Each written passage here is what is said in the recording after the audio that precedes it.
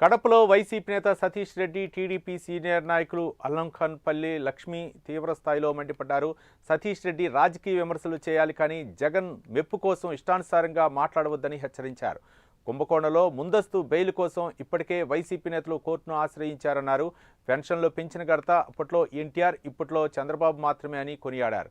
కూటమి ఇచ్చిన మాట ప్రకారం హామీ అమలు చేస్తుందని అల్లంఖన్పల్లి లక్ష్మి అన్నారు. సతీష్ రెడ్డి గారు ముఖ్యంగా ఒక ఉన్నతమైనటువంటి కుటుంబం నుంచి వచ్చినటువంటి వ్యక్తి.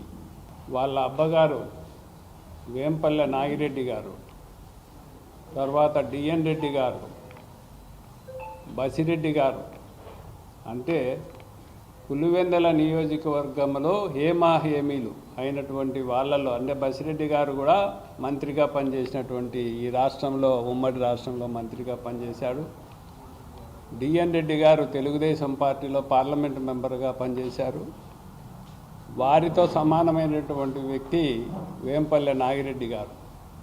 వేంపల్లె ప్రాంతంలో సర్పంచ్గా అనేక తూర్లు ఏకగ్రీవంగా సర్పంచ్ అయినటువంటి వ్యక్తి నాగిరెడ్డి గారు.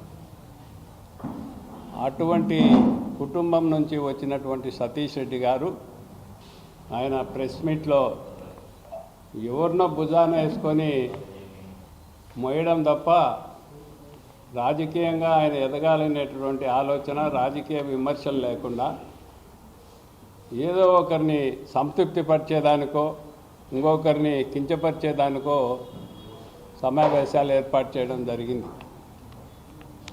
ముఖ్యంగా మద్యం కుంభకోణం ఇది ఆల్మోస్ట్ అందరికీ ఈ పాటికి అర్థమైంటుంది. సతీష్ రెడ్డి గారు ముఖ్యంగా ఒక ఉన్నతమైనటువంటి కుటుంబం నుంచి వచ్చినటువంటి వ్యక్తి. వాళ్ళ అబ్బగారు వేంపల్లె నాగిరెడ్డి గారు, తర్వాత డిఎన్ రెడ్డి గారు, బసిరెడ్డి గారు, అంటే పులివెందుల